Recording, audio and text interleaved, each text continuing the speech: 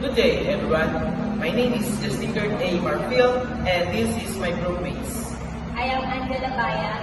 I'm Yako Julian Nagdaypal. I'm Angelica Duran. And I'm Chelsea Hernandez.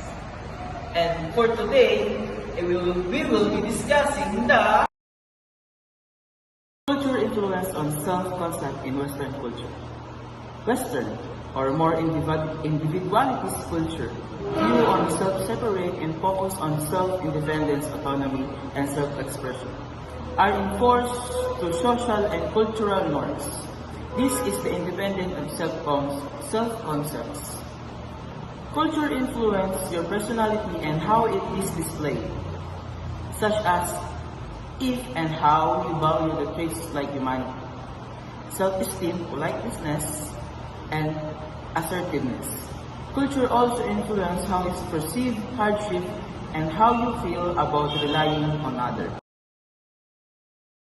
Cultural influences on self-concept in Eastern culture. Eastern culture refers to the tradition, principle, and moral order found in Eastern tradition, such as Hindu, Buddhist, China, Confucian, and Taoist ethics.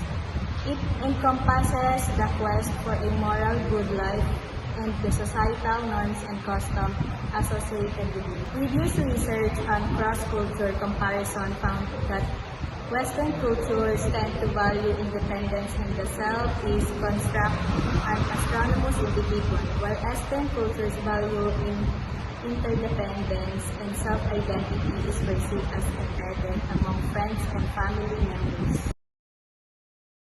Cultural influences on self-concepts in indigenous culture. Indigenous culture is important to indigenous groups because this links them to their unique history and identity. The culture is also important for other people to understand so they can respect and honor the histories of other people groups. The purpose of this is to explore how cultural influences shape self-concepts with indigenous communities by understanding the foundational role that cultural practices, values, and shared histories play in forming self-identity among indigenous peoples. We can gain deeper insight into their world views and honor their diverse experiences. Psychological and sociological theories. Introduction.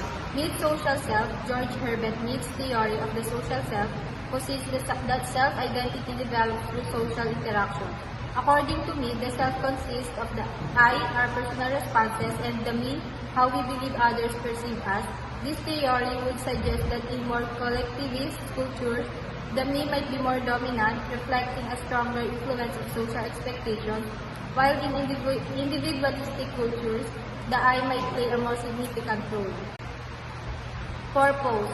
Mead's theory of the social self is based on the perspective that the self emerges from social interactions, such as observing and interacting with others, responding to others' opinions about oneself, and internalizing external opinions and internal feelings about oneself. Introduction. Hofstede's cultural dimension. Hofstede's model, which categorizes culture along dimensions like individualism versus collectivism, masculinity versus femininity, and uncertainty avoidance, can provide a systematic way to compare cultural approaches to self-identity. For instance, cultures high in collectivism, many Eastern societies tend to emphasize group identity, while highly individualistic cultures focus more on personal identity.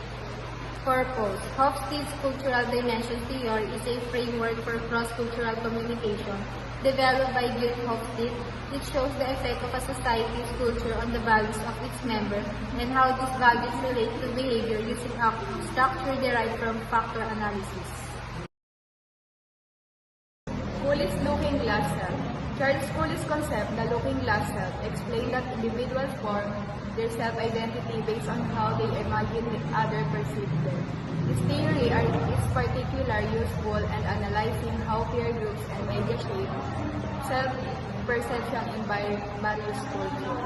The looking glass self of self-theory states that we change ourselves perception based on how we guess others perceive us.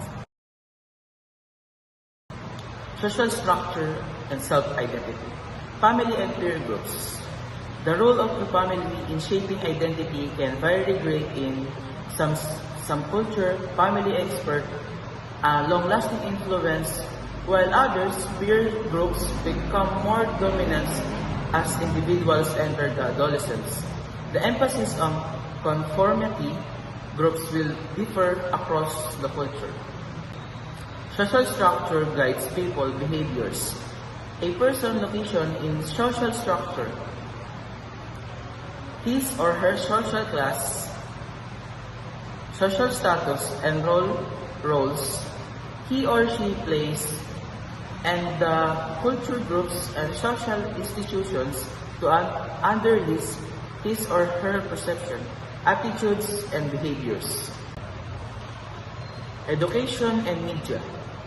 Education system in collectiveness culture may reinforce respect for authority and cooperation, while those socialities may emphasize critical thinking and personal achievements. Media also play a significant expectation related to gender success and lifestyle reinforcing. The value of the boarding culture. Using media in the classroom teaches students how to use and care for resources for to further their education. Students may not learn how to use the internet, a dictionary, or a newspaper for information, but they also learn how to care and protect the item they use, according to the Center for the Media Literacy. Critical analysis of cultural differences. Individualism versus collectivism. One key area for analysis is how this culture differ along this dimension. Individualistic societies that self is seen as separate from others, and self-concept may prioritize personal growth. Self is more likely to be defined by relationship and group membership. The purpose to understand people behavior as reflection of their cultural background, to understand the difference in language and communication, styles between cultures, to understand the collaboration across cultural boundaries and sharing cultural information occur together and to take advantage. Gender role and societal expectation. Gender roles are based in understanding our femininity, our masculinity. Women's gender role revolve and characteristics such as helpfulness, positivity, and kindness. Traditionally, women are seen as caregivers, nurturers, homemaker, and helper.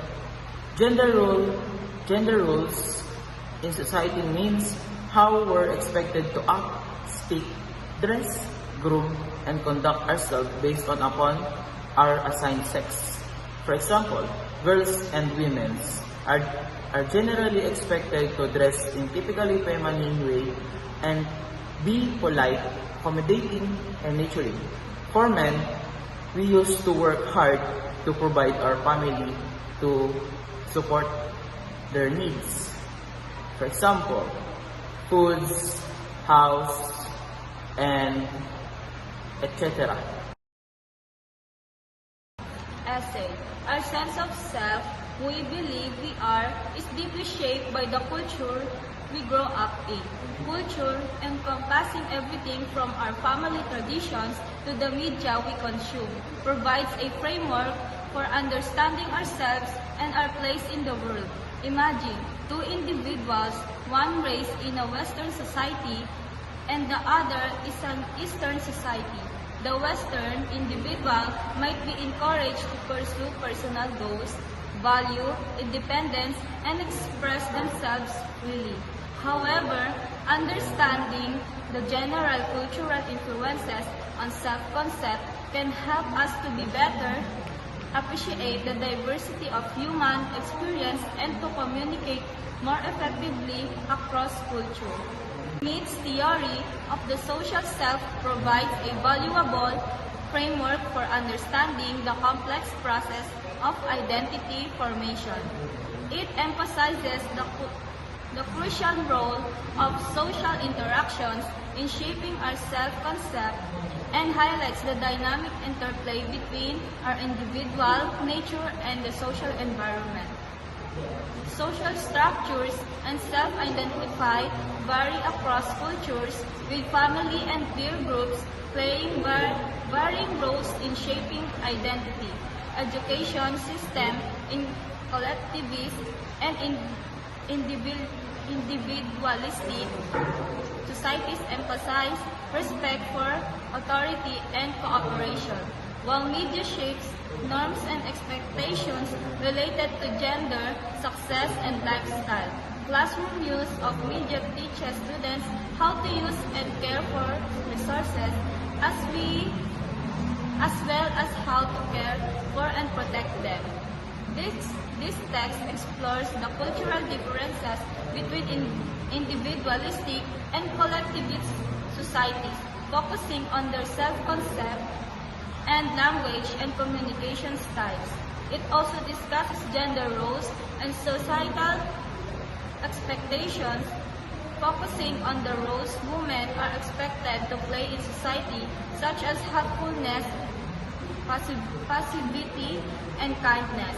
The aim is to understand how these differences impact behavior, communication, and collaboration across cultural boundaries. Explanation about essence. Culture significantly influence our sense of self, shaping our understanding of ourselves and our place in the world. Mead's theory of the social self provides a framework for understanding identity formation, emphasizing the role of social interaction. Culture, structures, and self-identity vary across societies, with family and peers group playing different roles. Education system in collectivities and individualistic societies emphasize respect for authority, while media shape norms and expectations. Understanding these cultural differences can help us appreciate diversity and communicate effectively across cultural boundaries.